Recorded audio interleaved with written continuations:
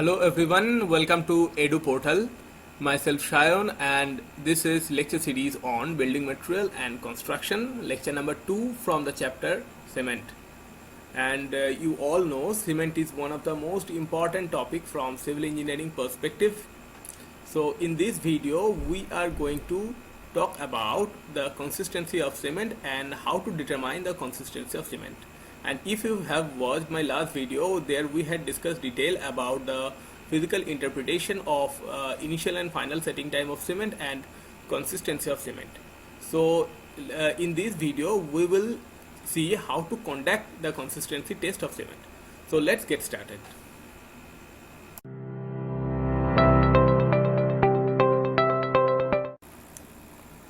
So the topic is determination of consistency of cement. So first, what is consistency? And consistency, you know, is the amount of water that is added with the cement to make the cement paste. So let's see its definition. It is defined as a percentage of water that is required to make the cement paste. Now there is another term, standard consistency. And what is that? That is the minimum amount of water that should be added so that the hydration reaction of all cement particle is complete. Okay, so see this. Standard consistency of cement paste is defined as the minimum amount of water that is required for complete hydration of the cement particles. Now, how to know that the hydration reactions have been completed or initiated for all the cement particles? So for this, IS code has given some specific conditions, and if those conditions are met, then we can say that the cement paste is of standard consistency. Now, what are those conditions? So as per IS 4031 part 4 clause number 5.1, this we need to remember, that is the code for determination of consistency of cement, that is IS 4031 part 4 clause number 5.1. It says that standard consistency of cement paste is defined as the consistency which will permit the Vickers plunger to penetrate through a point which is 5 mm to 7 mm from the bottom of the Vickers mold. And we know that Vickers mold, height of the Vickers mold is 40 mm. So if it is 5 mm from the bottom, that means it is 35 mm from the top, and it is 7 mm from the bottom, means it is 33 mm from the top. So the condition is the Vickers plunger should penetrate up to a point which is 5 mm from bottom, that means 35 mm from top, and to 7 mm from bottom, that is up to 33 mm from the top. So if the water content is such that the cement paste satisfies this condition, then only we can say that the cement is of standard consistency. Okay, so first let's see what are the laboratory conditions required for the test. First is temperature, that should be 27 plus minus 2 degrees Celsius, and then relative humidity, that should be 65 plus minus 5%. These two are the conditions that should be prevailed in the laboratory while we are performing the consistency test. Now, what are the apparatus required? First, the Vickers apparatus. It should conform to IS 5513/1976. So this should also be remembered. That is Vickers apparatus, and its IS code is IS 5513/1976. Then balance, permissible variation at a load of 100 gram shall be 1 gram. Okay, so for each 100 gram it should vary plus 1 gram or minus 1 gram. Okay, so that is the condition for balance. Then standard weight, and then gauging trowel. Okay, so and gauging trowel should conform to IS 10086/1982. So we have seen that there are 3 IS codes that need to be remembered. One is for consistency of cement, that is IS 4031. One is for Vickers apparatus, that is IS 5513, and one is for gauging trowel, that is IS 10086. So these 3 need to be remembered. Now let's go to the next. So step 1. Now in step 1, what is, take 400 gram of dry cement. Look, dry cement is important. 400 gram of dry cement. Then step 2, add 27% of water by weight of dry cement. So 27% means 0.27, and weight of dry cement is 400 gram that we have taken. So 0.27 into 400, that is 108 gram of water should be taken. Now density of water is 1 gram per cc, so it will be 108 cc of water. Now step 3. Now mix thoroughly and fill the mold of Vicat apparatus. Okay, so we have mixed and made the paste, and then we have to put it in the mold and fill it. And the mold is placed on a non-porous resisting plate.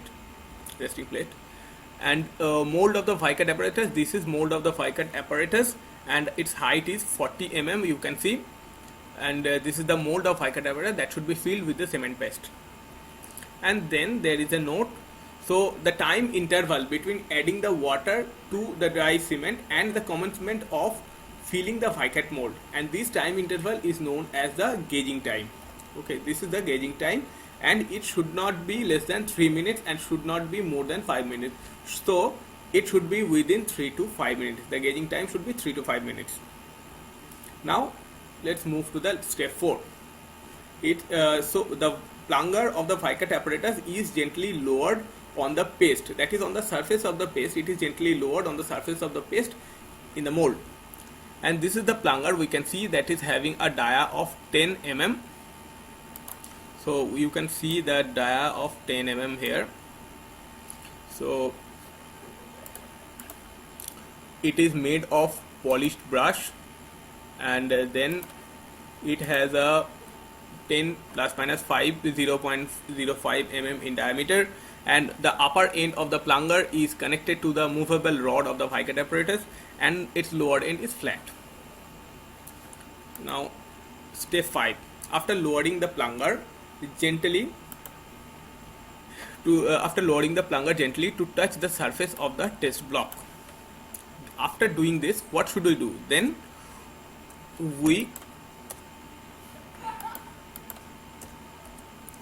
it is released quickly. So the plunger has touched the surface of the mold, and then we have to release it quickly so that it can penetrate into the cement paste. So here is one note: the operation should be carried immediately after filling the molds. That means as soon as you fill the mold with the cement paste, then you should go for this step 5. That is, after filling the mold, the plunger should be immediately released, and it should penetrate through the paste. Now step number 6, it says that settlement of the plunger. Now the plunger is attached to the movable rod. It is noted. So settlement of the plunger through the cement paste is noted. This noted value is used further for checking. So this is the Vicat apparatus. Now a movable rod. This is the movable rod, and then scale. This is the scale, and then the plunger. This is the plunger, and then we have the mold. So this is the Vicat mold, and then we have the glass plate. So this is the glass plate.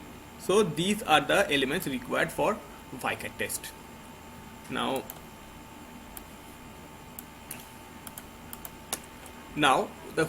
what is the conclusion that can be drawn? So if the penetration of the plunger into the cement paste is 5 mm or 7 mm from the bottom of the Vicat mold, then we can say that the water added is okay, because it was the condition that was given in IS 4031 part 4 clause 5.1. So if this condition is met, that means that the cement paste is of standard consistency. But if the condition is not met, then what will happen? that is otherwise what we should do, trial paste is prepared with varying percentage of water and the same test procedure is repeated. That means we had taken here 27% of water, but if the condition is not satisfied, then we have to increase the amount of water. Suppose we had increased it 0.5%, so it will be 27.5%, and then we will have to repeat the same test procedure, and again we have to check whether the penetration is 5 mm or 7 mm from the bottom or not. So how long? So this test is carried out until the water percentage satisfied the condition specified for standard consistency. Okay, so now what are the applications of this standard consistency test? Now we have seen that if the water percentage is such that it satisfies the condition described in the IS 4031, that is the penetration should be 5 mm to 7 mm from the bottom of the Vicard mold, then we can say that the cement paste is of standard consistency. Otherwise we need to vary the water percentage to so that it can satisfy the condition. So our ultimate aim is to satisfy the condition that has been described in the IS code. Okay, now what are the applications of this test, why this test is done? So let P is the standard consistency of the cement paste. So for ordinary Portland cement it is 26 to 33% generally. Now this test helps to determine the amount of water required for initial setting time or final setting time test, for soundness test, and for compressive strength test. Okay, now we will see how it helps to determine the water content. So first the soundness test. So for the soundness test, the water required is 0.78 of P, that is 78% of the standard consistency. That is, P is the water required for standard consistency, and water required for soundness test will be 78% of the standard consistency water requirement. Then for setting time, that is both for initial and final setting time, it will be 0.85 of P, that is 85% of the water required for standard consistency. And then for compressive strength of cement mortar, P by 4 plus 3%, and it is of combined weight of cement and sand. Okay, so we have seen how the result of standard consistency helps in determination of water requirement for various tests. Now some important points. Now suppose we have found the standard consistency value. Now if we add water more than this value, then what will happen? Then it will lead to bleeding. Now if we add water less than this amount, then what will happen? Then it may lead to cracking. Okay, so we need to provide an optimum amount of water so that the mortar is effective and it doesn't cause any cracking or doesn't cause any bleeding. Okay, so for that we need to provide the standard consistency amount of water. Now suppose the result is not in range. Now what does that mean? Now we know that the standard range of consistency of ordinary Portland cement is 26 to 33%. Suppose the cement is such that it's satisfying the condition described in IS 4031, but the result coming is out of this range. Suppose for OPC it's not within 26 to 33%, suppose it's come 38%, then it means that the result is not in the acceptance range. Then what will happen? Then it is due to various reasons, and you need to know what are the reasons that may cause to this result. So what are the reasons? The reason are: one, cement may be very fine, or the cement might have absorbed from the atmosphere where it was, or there was defect in manufacturing process, and might be change in chemical properties of the cement. So these are the reasons that can cause the result to be beyond the acceptance range of the standard consistency value. Now what to do? Suppose this comes, then what should we do? We can conduct fineness test of cement and we can check the result. we can conduct test for chemical properties of cement, and we can check the results, and we can consult with the cement supplier or cement manufacturer to check whether there was any where there was any defective process involved with it or not. Okay, so these are the things that we need to follow. Now there are some notes. The test is conducted in the laboratory generally 2 or 3 repetitions. Now number of repetitions depends on skill of the performer. If the performer has sufficient skill, then the number of repetitions should be less. Accuracy of the apparatus, if apparatus are okay, then the repetition should be less. And laboratory temperature, it should be that is was prescribed, that is 27 plus minus 2 degrees Celsius. And laboratory humidity, it all should also satisfy the condition 65 plus minus 5 degrees Celsius. If it doesn't satisfy this condition, that it can lead to abnormal result, and for that case we need to conduct the test many times to check the actual standard consistency value of cement. Okay, so these are the things that we need to remember while conducting the test.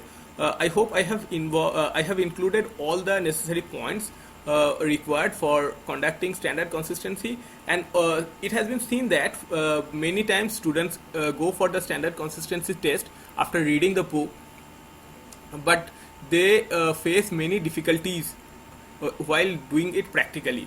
So I have tried to include all the problems, okay, and the probable solution that might occur while they performing the test.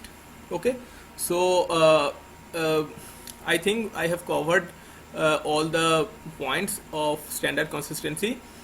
If you want to know the physical interpretation of standard consistency, you can check my previous video, that is lecture number 1 of the chapter cement of building material and construction series. I have also included the link in my description. There you will find a detailed discussion of standard consistency and initial and final setting time. Okay, so let's end our discussion here. I hope you have enjoyed the video, and you can subscribe to our channel for more updates. Okay, we will come back soon with our new videos on this chapter. So till then, goodbye, all the best.